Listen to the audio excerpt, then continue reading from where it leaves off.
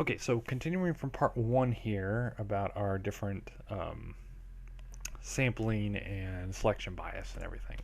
So we're going to be looking at sampling and different ways of collecting a sample. So different types of sampling. We have a simple random sample, which the easiest way to describe a simple random sample is to take every person in a population, put them in a big hat, shake it up, and then draw out however many you need. Um, that is a simple random sample. Basically, everything goes in one place, and then you pull them out randomly. Um, Pros and cons of that. I mean, it's you could end up having a bias if, let's say, you let's use Republican and Democrat. Let's say you do that and you pick 8 Republicans and 2 Democrats. That's not a fair judgment on the population. The pro of that, though, is that it's simple, it's easy, it's cheap. Convenient sampling, easy way to get information. Basically, just asking people on the street. You don't care who. You might see these people as out front, or you used to, out front of grocery stores. Who do you want to vote for? Those are convenient sampling. Basically, you post up in one place, people come by, and you ask them questions because it's convenient for you. It's easy. Volunteer sample is where the participants have to go and do their own and do the sample themselves. So this is dirt cheap to do because all you have to do is you just have to make a sample and then you can send it out, post it somewhere, just advertise it, and then you just gather the data from there, but someone has to. So if you ever buy stuff at fast food and they go, oh, fill out this survey and get a free jumbo jack or whatever, that is volunteer sampling, because what you're doing is they're asking you, hey, if you want to do this, you don't have to. But you have to put out the effort. Somebody posts a poll on Twitter or Facebook. It's that's a volunteer sample. So those can be very biased because the only people that are going to respond to it are those that are searching out for it, either in a pro or con way. You could also think of this as the star rating on like an Amazon package. I mean, how many of you have bought something on Amazon and not said if you liked it or not? Okay. There's only a reason for you to do, either you really like the item usually or you really don't like the item, and that's the only reason that you would do these samples. Um, uh,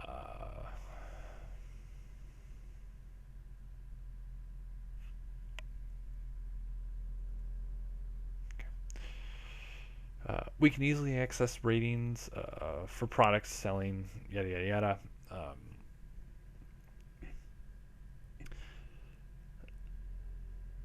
Yeah, so again, if you're looking at a item online and you're looking at, let's say you just bought a video game and you see the rating of it as a 50%, the question is it really, are really 50% of the people that have this product upset with it or not? And that's the thing that you have to look out for. Is it more likely that people are okay with the item so they just don't rate it, or except for those that rate everything, or is it going to be on the other side where it's fine but it's not worth writing a negative review for? So it's one of those things that you have to look out for. Just because it's a 50%, does it really mean that it's going to be a 50%? 50% of the people are mad at it, or is it different? So we need a larger sample for that. Okay, so simple random sample. So again, here's an image so you can see what it looks like. So it's a random sample of a population. There's no connection between them. You just pick them. So as you see here, all these blue dots are people in a population, and then the red ones are the ones that were picked. So as you see, they were just kind of picked all over the place. No real pattern in it, just picked. Okay, that's a simple random sample. It's just all over the place. Okay, so stratified sampling. What happens is that you end up creating strata, which basically strata are groups that have a something in common. All these people are 18 to 20. These people are 21 to 30. These people are, etc., etc. And then they get put into groups. And then what you do is you can pick it from there. You usually pick about the same from every single one, or you pick a certain number or a certain percentage. for each one from all the strata, because then you can get kind of a proportion of a population. Okay, if if you're asking a question between left and right-handed people, you're going to have, you have your two strata. You have your one stratum of lefties and another stratum of righties. And the righty group is obviously going to be bigger than the lefty group because there's more right-handed people than there are left-handed people. And then you pick a proportion of each. Cluster sampling is basically where you just throw people in a group. They're not in a group for a reason. They're just there because they're close. So you can think of this as neighborhoods. So you can think of them as neighborhoods. This is this part of town, this one is this part of town, this cluster is this part of town, this cluster is this part of town. And then what happens is that you take a whole cluster, you take clusters randomly. So as you see here, you have these different clusters. And then they took all of 3, all of 4, and all of 8. But they didn't touch the other ones. So that's a cluster sampling. You take a group, and you take the whole group, not just pieces from that group. Pieces from the group is a stratified sample. Okay, a whole group is a cluster. Okay, systematic sampling is where basically you line everybody up, you give them a number, and then you go, okay, I want numbers, I want every multiple of 3. That's the ones I want. That's a systematic sample. It's random, kind of. There's a pattern to it, but it's more of this is what we want. There's not a set number. So as you see going across left to right, you got after 3 you pick one, then it's 1, 2, 3, 4, 5, 6, pick one, 1, 2, 3, 4, 5, 6, pick one, and then it keeps that every 6th or 7th one, I guess. Every 7th one they pick, and they do it for the entire row. So that's a systematic sampling, is that there's some sort of randomly generated number. Okay, so take a second, read through this, and pick which one you think it is. Is it a simple random? Is it a cluster, a stratified, or is it a blocked? Which blocked is where you take kind of big old groups within stratified. So it's kind of like if you take a stratified, but you take the whole group of a stratified. Okay, so I'll give you a heads up. The answer is not D because we didn't really go into detail on it. So which one of these do you think would be the least effective?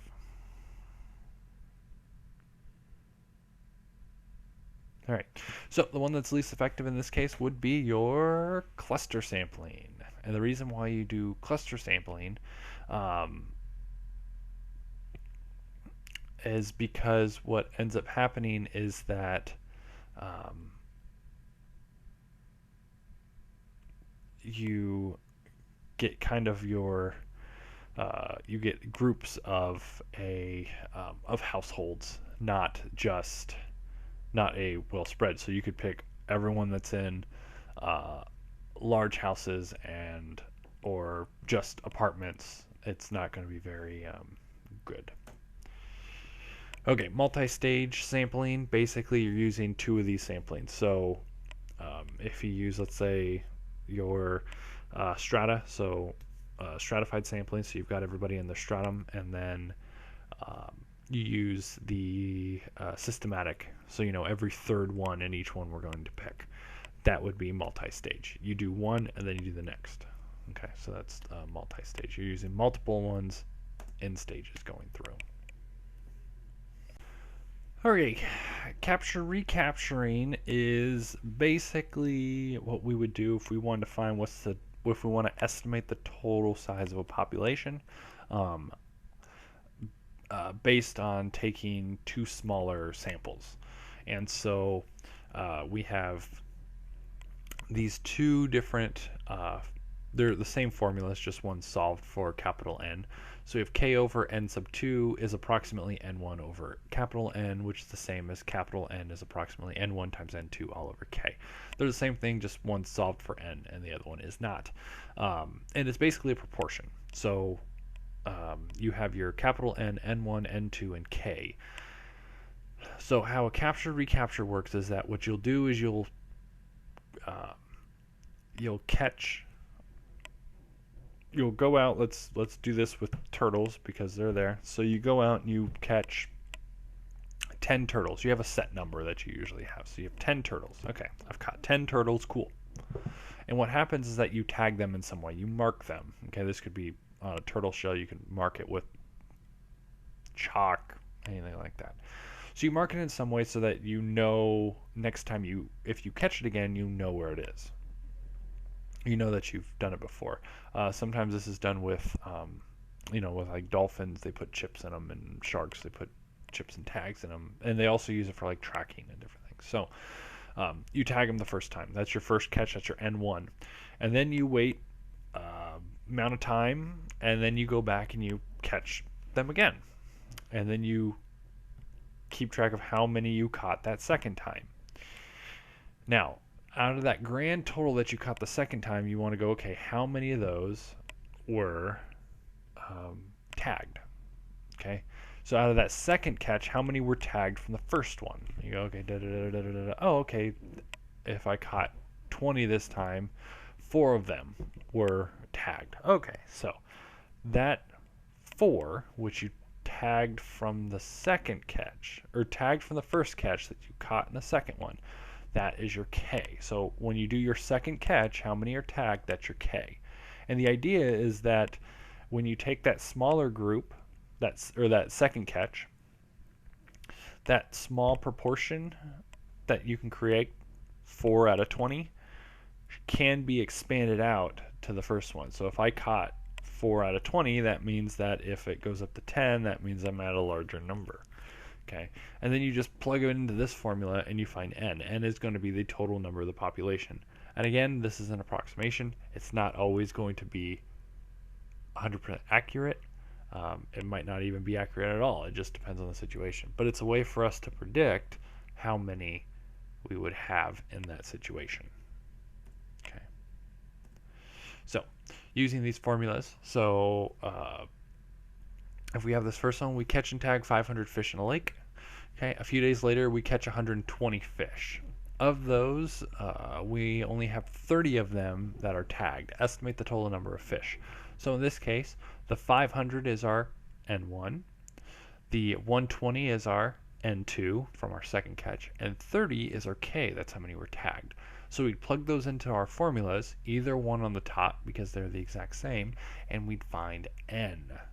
Okay, so we'd find N. So approximately how many fish are in this lake? Okay, so we'd go 500 times 120 and then divide it by 30, and we end up with approximately 2,000 fish.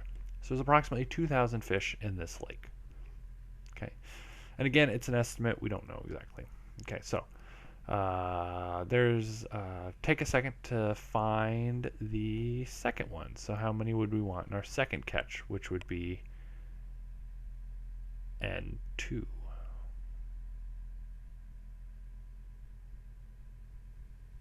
Okay, so with this setup, we would estimate that we have 150,000 bacteria cells. That's our capital N. And then we're looking, we originally looked at 300. That would be our N1. And then our second catch, we had 20. So how many should we catch in our second one? That would be approximately 10,000 bacteria cells we would be looking at in our second one. Okay, so in this case, you're trying to find N1. And again, it's just setting up and then solving it algebraically, cross-multiplying, divide. It's a proportion, essentially. Okay. All right, so here's your homework for our next section. It is 13 through 24, still continuing out of the textbook online.